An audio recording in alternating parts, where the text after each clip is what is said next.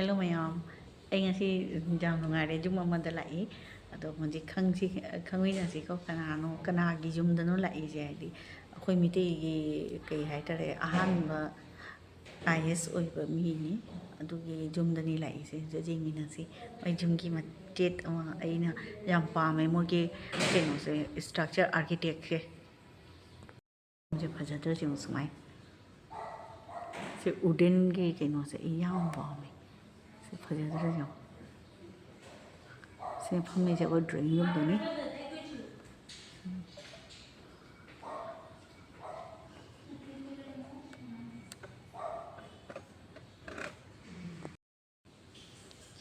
मैं आमना कोई असम लादी गुवाहाटी दे लापदा तुनु दिसी है ना खंगना होता नहीं हुजी माँ की फुल मम्मिंग सागे कहीं नो अदुगा तो खंगवी नसी मुझे थोड़ा कहीं हुजी चाहिए तो जाम अब ने 80 बहुत बनी माँ से थोड़ा वारी साब तो दिन नुआई टरे है बात वो एटलीस्ट लेडी बने इन्हें में आमदा सुन शेयर तो नहीं है वहाँ न तो सु माँ की मिसेस तो अदुगा सुन वारी सारगा कोई खाइबो में इंफॉर्मेशन खंगवी न रसी का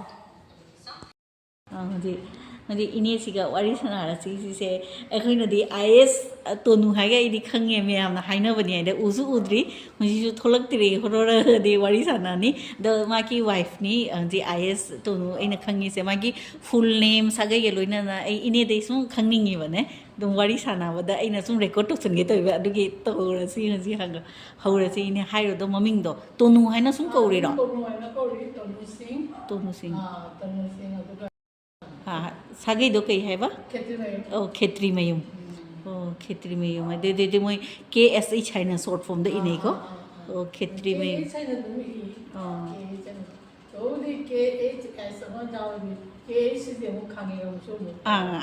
खंगा अच्छा अदो मुझे रिटायर लाए को मामू से रिटायर लाए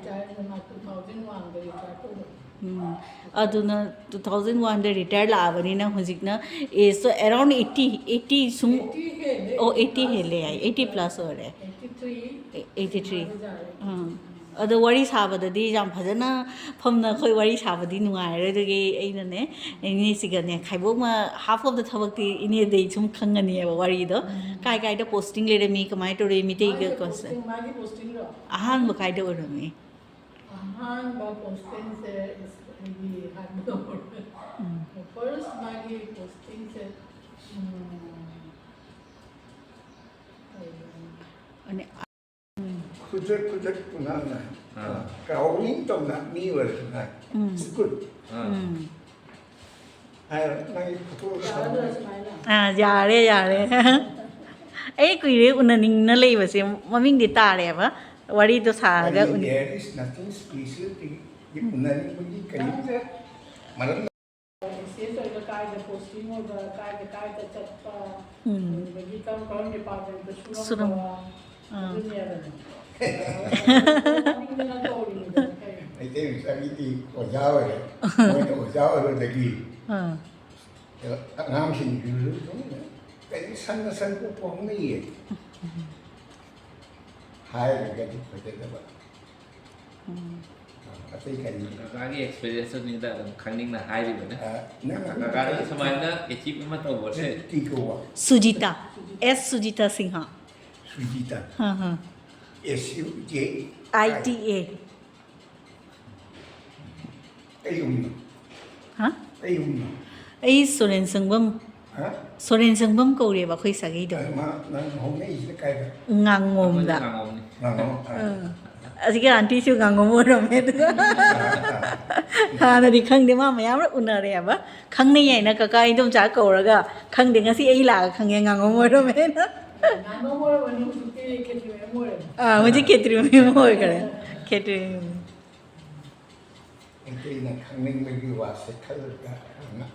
ओ अइना खंगनी इसे ACS तगी IAS ओइदेना डायरेक्ट IAS रा हाइसे कॉन्सेप्ट तो क्लियर ओइनिंगी बने ओना IAS DC तोनु हाइना दिले खंगे दना रंकल की फुल ममिंग दो कई हाइना कौरी हाइना ने आंटी दीदी हंगे बा ममिंग दो खाली तोनु सिंह है तो सागे जी मी इते करी ने कोई से सागे जी मी ई बगी रेवा से ना ले ट्रे बाजी कर ले कुछ है ꯑꯇꯩ ꯀꯔꯤ ꯈꯪꯅꯤꯡꯕ ꯂꯩꯕ ꯍꯥꯏꯌꯨ ꯍꯥꯏꯗꯤ ꯑꯍꯥꯟ ꯄꯣꯁꯇꯤꯡ ꯀꯥꯏꯗ ꯇꯥꯒꯤ ꯂꯥꯁ ꯄꯣꯁꯇꯤꯡꯅ ꯀꯥꯏꯗ ꯑꯣꯏ ꯋꯤꯗꯤꯟ ꯑꯁꯥꯝꯗꯔ ꯑꯥꯎꯠ ꯑꯣꯐ ꯑꯁꯥꯝꯁꯨ ꯆꯠꯈꯤꯕ꯭ꯔꯥ ꯑꯩ ꯍꯥꯏꯕ ꯐꯥꯔꯁ ꯄꯣꯁꯇꯤꯡꯁꯦ ꯍꯥꯝꯔꯦꯟꯗ ꯑꯣꯏ ꯑꯣ ꯍꯥꯝꯔꯦꯟ ꯀꯥꯔꯕꯤ ꯑꯪꯂꯣꯡ ꯀꯥꯔꯕꯤ ꯑꯂꯣꯡꯗ ꯚꯦꯔꯤ ꯕꯦꯛꯋꯥꯔꯗ ꯄ꯭ꯂꯦꯁ ꯍꯥꯏꯕ ꯇꯥꯏ ꯍꯣꯏꯅꯦ ꯌꯥꯝ ꯍꯧꯖꯤꯛ ꯍꯧꯖꯤꯛꯇꯤ ꯇꯧꯕꯕꯨꯗꯤ ꯃꯌꯥꯝ ꯑꯃ ꯀꯩꯅꯣ ꯗꯦꯕꯂꯞ ꯑꯣꯏꯔꯝꯒꯅꯤ ꯃꯇꯝꯗꯨꯗ ꯆꯥ ꯀꯥꯞ ꯑꯃ ꯊꯛꯅꯉꯥꯏꯒꯤ ꯀꯣꯏꯆꯦꯟ ꯆꯦꯟꯕ ꯃꯥꯁꯨ ꯃꯅꯤ ꯑꯗꯨꯒꯨꯝꯕ ꯑꯗꯩ ꯆꯥꯛ ꯆꯔꯥ ꯑꯃ ꯆꯥꯕꯒꯤꯗꯃꯛ ꯑꯩ ꯍꯧꯖꯤꯛ ꯁꯝ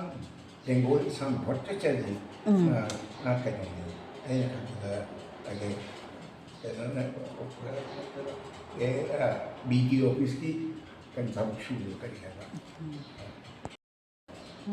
ꯀꯌꯥꯝ ꯏꯟꯇꯤꯔꯤꯌꯔ ꯄ꯭ꯂꯦꯁꯅꯤ ꯑꯗꯨꯅ ꯃꯤꯅ ꯁꯤꯚꯤꯜ ꯁꯥꯔꯚꯤꯁꯀ ꯇꯧꯅꯤꯡꯗꯕ ꯃꯤ ꯈꯔꯁꯤꯡꯗꯣ ꯑꯗꯨ ꯇꯁꯤꯅꯤ it was a kind of punishment to ꯀꯩꯅꯣꯗꯤ ꯑꯩꯈꯣꯏꯒꯤ ꯃꯤꯗꯣ ꯄꯣꯁꯇꯤꯡ ꯇꯧꯕ ꯃꯤꯗꯨꯅ ꯍꯤ ꯋꯥꯁ ꯑꯦꯛꯁꯄꯦꯛꯇꯤꯡ ꯁꯝ ꯑꯦꯃꯥꯎꯟ ꯑꯗꯨꯃꯥꯏ ꯑꯦꯃꯥꯎꯟ ꯑꯦꯛꯁꯄꯦꯛꯇꯤꯡꯗꯣ 10,000 ꯑꯦꯛꯁꯄꯦꯛꯇꯤꯡꯗꯣ ꯑꯩꯒꯤ ꯄꯩꯁꯥ ꯆꯥꯕ ꯃꯤ ꯅꯠꯇꯦ ꯑꯗꯨꯅ ꯃꯥ ꯑꯁꯤ ꯑꯩ ꯀꯗꯥꯏꯗ ꯊꯥꯗꯔꯒ ꯀꯩꯅꯣ ꯆꯩ ꯆꯥꯒꯁꯨ ꯍꯥꯏꯅ ꯊꯥꯕꯅꯦꯕ ꯑꯩꯉꯣꯟꯗ ꯀꯩꯁꯨ ꯀꯥꯏꯗꯦ ꯑꯗꯨꯒꯤ ꯏꯁꯣꯔꯒꯤ ꯑꯣꯏꯅ ꯚꯒꯋꯥꯟꯕꯨ ꯕꯤꯁ꯭ꯋꯥꯁ ꯑꯣꯏꯔꯗꯤꯅꯦ ꯔꯦꯁꯄꯦꯛ ꯇꯧꯔꯗꯤꯅꯦ ꯃꯥꯗꯨ ꯄ꯭ꯔꯣꯇꯦꯛ ꯇꯧꯅꯩ ꯑꯇꯩꯒꯤ ꯀꯔꯤ ꯑꯗꯨꯗꯒꯤ ꯍꯥꯝꯔꯦꯟꯗꯒꯤ ꯀꯥꯏꯗ ꯍꯥꯝꯔꯦꯟ ꯀꯥꯔꯕꯤ ꯑꯪꯂꯣꯡꯒꯤ ꯌꯥꯝꯅ ꯏꯟꯇꯤꯔꯤꯌꯔ ꯄ꯭ꯂꯦꯁ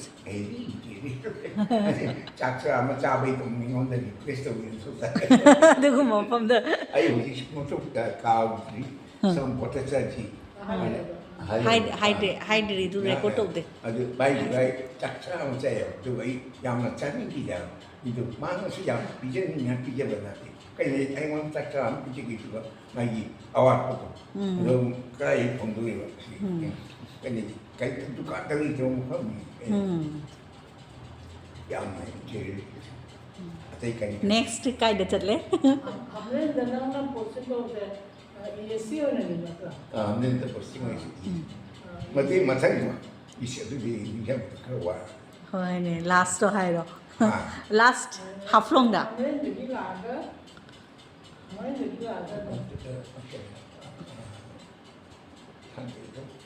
ꯍꯥꯟꯅ ꯔꯤꯀꯣꯜ ꯇꯧꯕ ꯉꯝꯗ꯭ꯔꯦ ꯌꯥꯝ ꯀꯨꯏꯃꯟꯅ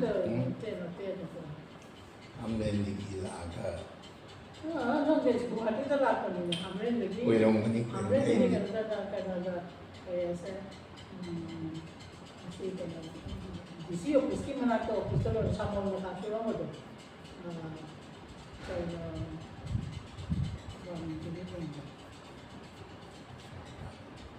ꯑꯗꯨꯒ ꯁꯨꯔꯝꯃꯦꯀꯣ ꯑꯗꯨꯗꯒꯤꯗꯤ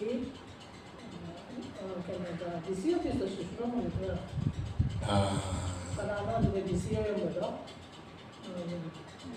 ꯅꯪ ꯀꯥꯎꯔꯝꯃꯅꯤ ꯀꯨꯏꯃꯟꯅ ꯀꯥꯎꯔꯅꯤ ꯀꯨꯏꯔꯦꯅꯦ ꯑꯗꯨꯒ ꯗꯤ ꯁꯤꯗ ꯀꯩꯅꯣꯒꯤ ꯅꯠꯇꯦ ꯑꯁꯥꯝꯒꯤ ꯅꯠꯇꯦꯕ ꯑꯥꯎꯠꯁꯥꯏꯠ ꯅꯣꯔꯠꯀꯤꯔ ꯀꯩꯅꯣ ꯅꯪꯅ ꯂꯨꯅ ꯇꯧꯔꯝꯕꯗꯣ ꯃꯥꯛꯇꯣ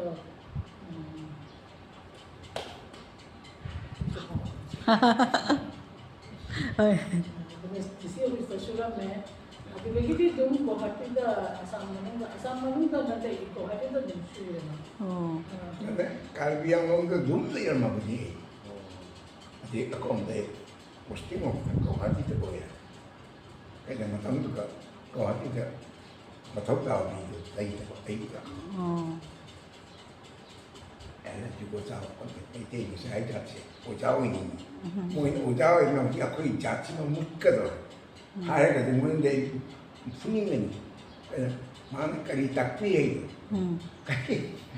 ꯀꯔꯤ ꯇꯥꯛꯄꯤ ꯍꯥꯏꯗꯣ ꯃꯥꯅ ꯈꯪꯉꯤ ꯑꯗꯨ ꯃꯥꯒꯤ ꯔꯤꯖꯥꯜꯁꯦ ꯑꯩꯈꯣꯏ ꯐꯪꯉꯦ ꯑꯣꯏꯔꯤꯕ ꯄꯨꯝꯅꯃꯛꯁꯦ ꯃꯩꯇꯩ ꯃꯆꯥꯁꯤꯡꯁꯦ ꯑꯣꯖꯥ ꯑꯣꯏꯕ ꯅꯠꯇꯅ ꯀꯩ ꯑꯣꯖꯥ ꯑꯣꯏꯕ ꯍꯥꯏꯗꯤ ꯀꯔꯤꯅꯣ ꯃꯥ ꯀꯔꯤ ꯂꯣꯏꯔꯦ ꯀꯔꯤ ꯑꯉꯥꯡ ꯃꯆꯥ ꯉꯥꯛꯇꯅꯤ ꯃꯣꯏꯗꯤ ꯎꯔꯒ ꯑꯗꯨꯝ ꯂꯣꯏꯔꯦ ꯃꯥ ꯆꯠꯂꯤꯕ ꯁ꯭ꯀꯨꯜꯗꯨ ꯀꯔꯤ ꯇꯝꯅꯤꯡꯉꯥꯏ ꯂꯩ ꯀꯔꯤ ꯇꯝꯅꯤꯡꯉꯥꯏ ꯂꯩꯇꯦ ꯑꯗꯨ ꯀꯔꯤ ꯃꯊꯧ ꯇꯥꯗꯦ ꯑꯇꯩꯗꯤ ꯀꯔꯤꯒꯨꯝꯕ ꯁ꯭ꯄꯦꯁꯦꯂꯤꯇꯤ ꯑꯝꯇ ꯂꯩꯇꯦ ꯑꯗꯩ ꯂꯥꯁꯇ ꯀꯥꯏꯗ ꯄꯣꯁꯇꯤꯡ ꯇꯧꯔꯝꯃꯤ ꯍꯥꯐꯂꯣꯡꯗ ꯑꯗꯣ ꯃꯤꯇꯩ ꯃꯌꯥꯝꯒ ꯃꯥꯅꯦ ꯎꯅꯈꯤꯕ꯭ꯔꯥ ꯀꯃꯥꯏ ꯑꯦꯛꯁꯄꯤꯔꯤꯌꯦꯟꯁꯇꯣ ꯃꯤꯇꯩ ꯃꯆꯥ ꯂꯩꯗꯅ ꯀꯩꯅꯣ ꯑꯃ ꯑꯣꯏꯔꯦꯅ ꯑꯣꯐꯤꯁꯔ ꯑꯃ ꯑꯣꯏꯔꯗꯤ ꯊꯕꯛꯀꯤ ꯍꯦꯜꯞꯀꯤꯁꯨ ꯂꯥꯛꯅꯕ ꯑꯃ ꯁꯨꯝ ꯂꯩ ꯑꯗꯨꯒꯨꯝꯕꯁꯨ ꯐꯦꯁ ꯇꯧꯔꯛꯄ꯭ꯔꯥ ꯍꯥꯏꯕ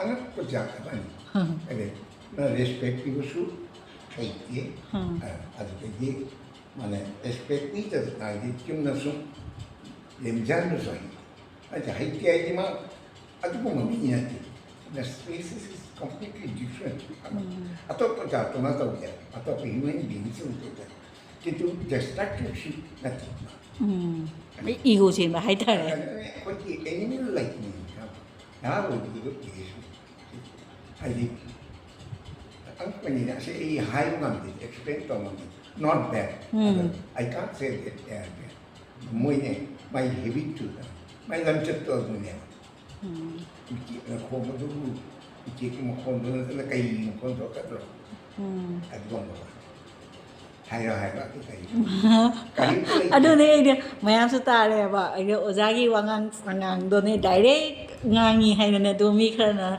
sum chỉ trên cái ấy những chỉ trên adone khani Shillong bắt đầu từ Shillong capital rồi mà Assam gi so là cái gì cái đâu đó cái là chắc rồi cái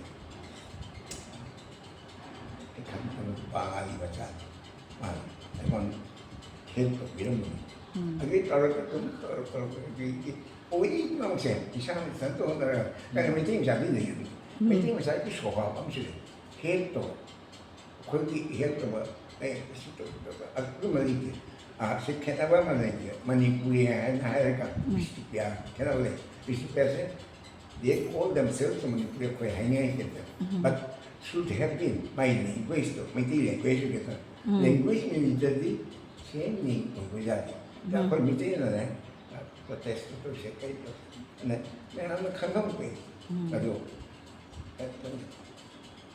Bengali nanti na bu Bengali doang nanti na kan apa tu na Bengali hai be na kamu ni Bengali doang kan bukan dia tu bukan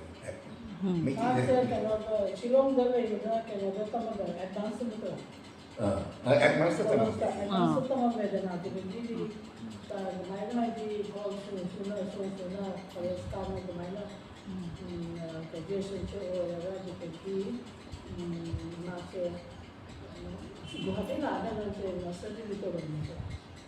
Masa itu kita siapa? Sudah ada, mungkin sudah ada masa di Solo ada, ada di Supasto ada, Service Town na, bagi SS tu thare, SS tu mana Service Town na. Jadi memangga SS 1 plus 1 tham juga ada. Class 2 tu ada nama dia. Class 2 nanti ada inspector ada kali. Seltex inspector ada kali. Seltex inspector si, inspector, cooperative inspector udah gimana? Aduh nggak ingin banget. Ini kau yang Seltex inspector orang yang ini. Seltex inspector, jangan cooperative itu like level ini dasar. Cooperative inspector ni nang SS ada orang minta nak kau. Jadi nang seltex inspector ni macam ni kuat pada ada kata kita cakap tu. Seltex inspector. Anyway, ada karim tu lagi ni mana? Jadi ni kelas 1 tham mana mana kelas 1 tham lagi nang kari kursi hamil dah kursi no. Macam saya ke kau ini Tiada hai bersih, hai mana tu pun jadi, aduh, wah mana ini juga. Itu macam mana?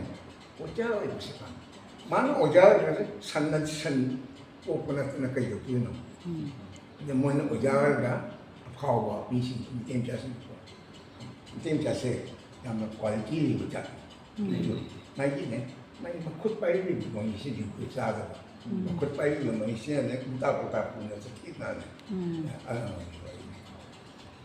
Ada yang ketika kami Shillong dah satu tu, ada mushroom office tu Shillong dah cooperative officer Shillong inspector. Ini suruh apa ni? Jadi cek. Jadi apa tu? SS. Aku itu patang tu tak. Kelas 1 kelas. I class 1. Never, I had never been to class 2. Tapi orang tanya, class 1, class 2, my quality macam ni, dia tu bila. Jadi IAS nominate orang na? दुगई assisting IAS la inina assisting ni kona IAS IAS automatic ai pinta baja ai struggle thodi mein am do diye ai mona na chutto we to mi 23 years I ACS when 24 years late for 6 months I became ACS IAS but when young when night okay quick my take I'm sure my take is according to me still when higher was saying higher itu asal kena sekolah bisnis biasa tu kan mesti Manipuri mau di makompai mai ja ada mau di lokasi itu ama sudah tu kau sih cerita ni saya mai soal ya tu biswat ni doktor sudah itu bisnis biasa di hangai tak kan hoi ne mo gi di I de tum rao re mi gi ke no hai do ma tu pun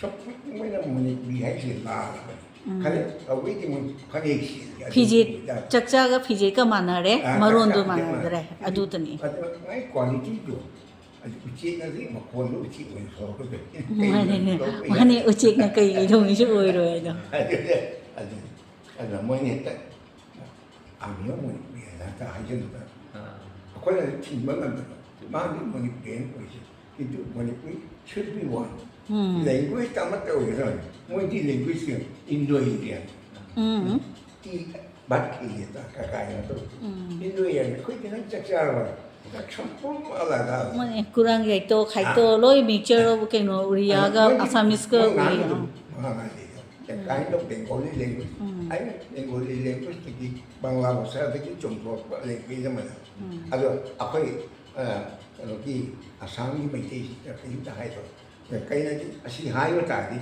Manipuri mi na hayo ta ni mo te alo mo na aga di tan do bang din to na okay de mo di kali yung bang ta me tin na te PJ chakcha de me te ve na lai chakcha ko sa jong ja ka long cha ka hai kat khai moi na lon di ba Jadi sung una ning na kuire maming kita wari sama di chat le khang na yedo ai su lag na e amuk tang di ai su ne video ai chak sa dro bani onde cha ka to no ai ne kakak hai ro nami na mag ado sajik chao tam bin kaya to de man cha to sajik chao tam aduni esmai ojagi wari jing sigini aina taningi badai mara mara ka hindale ke ma sauning na hai sauning bana te nungai ta ba mitei su oheningi ba aduni mitei da su ne sugumba mane IS ti ang khatang ore mitei da haina ne oi ba se atei su thor khaningi ba adugi tamak ni smai hai sauna di mitei da mit adunante ojao di tamai do adu taka do adu kari hai ni mane same syllabus same poto sum ta ta na lai la ni jagoi ga man khang jagoi di na to jagoi ti ya hoi ne gazette officer ma oraga di mapan da mi ga su mukabla ta bodai na mi na akoi siga mi protect to wang mi na masana masada misai gi jati gi damakta adu ni ne ati odana haining ise adu ne ba do mi na di wrong concept lo re ba asi smai smai hai smai hai akoi yang ta wa kai wa ma bistu pia sin sin mo Manipuri ai cha lo ma na ta ga ko ni yang to we ba ja ko akoi mi sin ne kai bu ma ta ta kai ta protest ho ki ade khare otra sin akte students in protest ko ne Mira professor ko tabi de mana kana disappear not Manipuri because had it more sin kai ma Manipuri why should they speak other language long tina mi am to ya do na je ye si tumi na dum aduni ojana haining iba concept asini je oja ta oina same ang khatang pot limit oina sum lei re ba kino da room mama da sum close same town da same jaga da le khara outward oina to nami gi di ato to ba ba officer gazette officer oina Delhi da Mumbai jaha da settle ore do mi na sumai hairak da akhoi mi te gi protect to na ba gi mi se akhoi Assam da wat le ba aduna Bishnupia na hele Bishnupia Manipuri hai je kalisa ko re khoi na de moi na gi na lai lai su tam ꯉꯝꯕꯁꯦ ꯃꯣꯏꯅ ꯍꯦꯜꯂꯦꯕ ꯃꯣꯏꯒꯤꯗꯤ ꯅ ꯈꯪꯗꯦꯀꯣ ꯑꯩꯁꯨ ꯍꯧꯖꯤꯛꯇꯤ ꯀꯩꯅꯣ ꯑꯩꯈꯣꯏ ꯃꯤꯇꯩꯗꯤ kingdom ꯑꯣꯏꯔꯝꯃꯤꯅꯤ ꯃꯁꯥꯒꯤ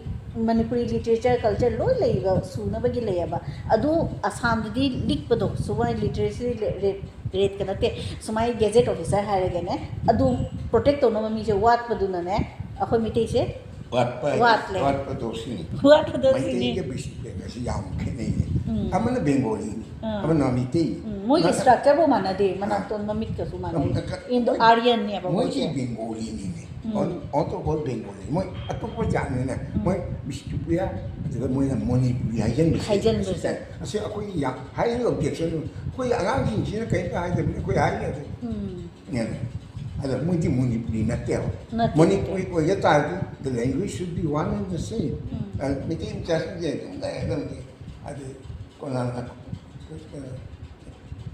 이 꾸랑이를 가야 아마 까이잖아.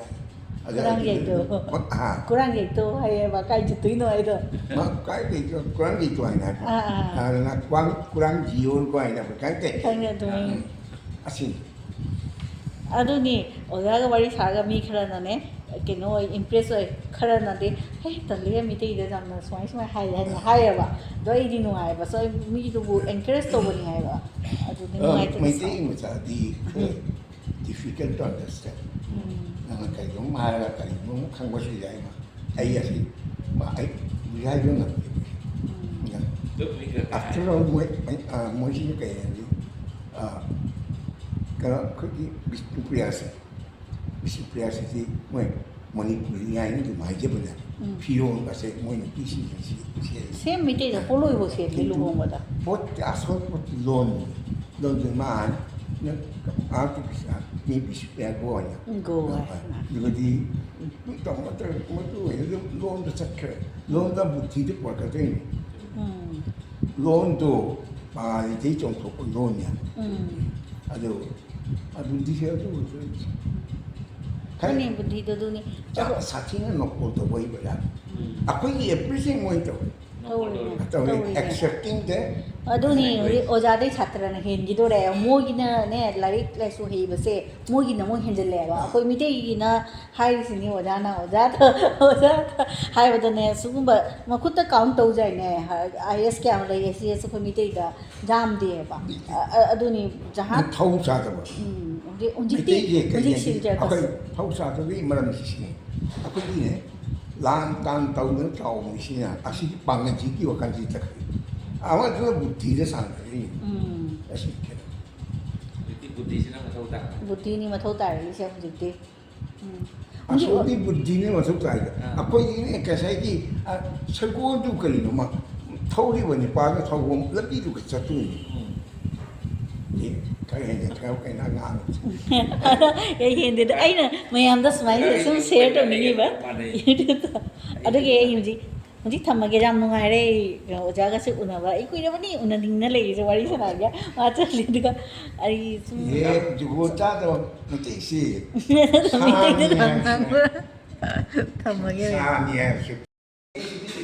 Tak apa yang mana mày phối không đi gì người cái ấy nào đi cài gì mà Christian xíu trẻ thì cái cái gì cả cha mẹ sao cả bóng mẹ cái gì rồi cái người sẽ quay gì cái hay mà này thì cái nó Apa yang Vaishnav? Vaishnav bijam. Nak bijam ni. Jadi yo.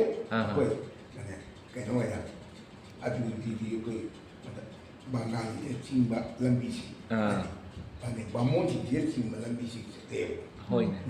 Asyik mau ni kamu ni bangun sih awal kita kan rasma sih Ning do macam.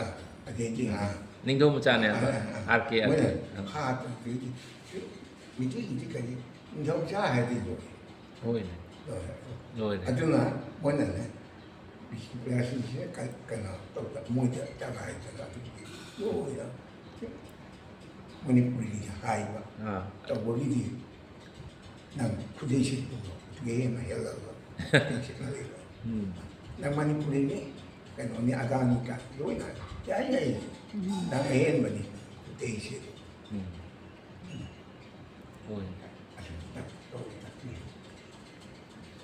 ꯉꯟ ꯑꯣꯏꯅ ꯌꯥꯕ ꯑꯇꯣꯞꯄ ꯖꯥꯠꯁꯤꯡꯁꯦ ꯑꯩꯈꯣꯏ ꯋꯥꯗꯤ ꯀꯔꯤ ꯍꯥꯏ ꯀꯀꯥꯁꯦ ꯍꯧꯖꯤꯛꯇꯅꯦꯕ ꯊꯦꯡꯅꯔꯤꯁꯦ ꯍꯥꯟꯅꯗꯤ ꯊꯕꯛ ꯂꯩꯔꯤꯉꯩꯗꯗꯤ posting ꯀꯗꯥꯏꯗ ꯂꯩꯅ ꯑꯃ ꯂꯩꯕꯅꯤꯅꯕ ꯎꯅꯕꯁꯦ ꯐꯪꯗꯦ ꯁꯣꯏꯕꯁꯦ ꯃꯩꯇꯩꯁꯦ ꯑꯦꯛꯆꯨꯋꯦꯂꯤ ꯑꯦꯁ ꯇꯤꯗ ꯑꯩꯈꯣꯏ ꯇ꯭ꯔꯥꯏꯕꯅꯦꯕ ꯑꯩꯈꯣꯏ ꯑꯦꯁ ꯇꯤ ꯑꯣꯏꯗꯤ ꯉꯁꯤ ꯌꯥꯝ ꯑꯩꯈꯣꯏ ꯗꯦꯕꯂꯞ ꯇꯧꯋꯦ ꯑꯩ ꯇꯧꯕ ꯌꯥꯅꯤ 이신 작품도 이신 수지다 거기 ꯍꯥ 수지다 수지다 SUJITA 수지다 수지다 아. 예 아직 제일 잘하는 답답하다 ꯍꯣꯏꯅꯦ ꯀꯩꯅꯣ ꯇꯧꯅꯤꯀꯣ 80 ꯃꯊꯛꯇꯒꯤꯗꯣ 80 plus ꯑꯣꯏ ꯃꯥ ꯍꯥꯏꯔꯤꯕ ꯋꯥꯔꯤ ꯁꯥꯕꯗꯤ ꯅꯨꯡꯉꯥꯏꯔꯣꯏ 80 plus ꯑꯣꯏꯔꯦ ꯑꯗ ꯀꯩꯁꯨ ꯅꯠꯇꯦꯕ ꯀꯀꯥꯒꯤꯁꯦ ꯀꯀꯥꯁꯦ ꯃꯤ ꯑꯃ ꯎꯅꯕꯁꯦ ꯈꯤꯇꯪ ꯔꯦꯁꯇ꯭ꯔꯤꯛ ꯑꯣꯏꯔꯦꯗꯣ ꯑꯗꯨꯅ ꯇꯧꯔꯛꯄꯒꯤ ꯋꯥꯅꯤ ꯑꯗꯔꯋꯥꯏꯁ ꯀꯀꯥꯒꯤꯗꯤ ꯍꯦꯜꯊ ꯏꯁꯨ ꯂꯩꯇꯦ ꯍꯥꯏꯕ ꯅꯠꯇꯦꯅꯦ ꯍꯦꯜꯊ ꯏꯁꯨꯗꯤ ꯎꯅꯗꯕ ꯀꯅꯥꯅꯣ ꯃꯥꯁꯇꯔ ꯂꯥꯛꯀꯅꯤ ꯇꯜꯂꯦ ꯃꯥꯁꯇꯔꯒꯤ ꯂꯝꯕꯤꯗꯨꯗꯩ ꯊꯥꯗꯣꯛ ꯂꯥꯛꯑꯦ ꯆꯨꯝꯃꯤ ꯆꯪꯒꯦ ꯍꯥꯏꯕ ꯆꯠꯂꯒꯦ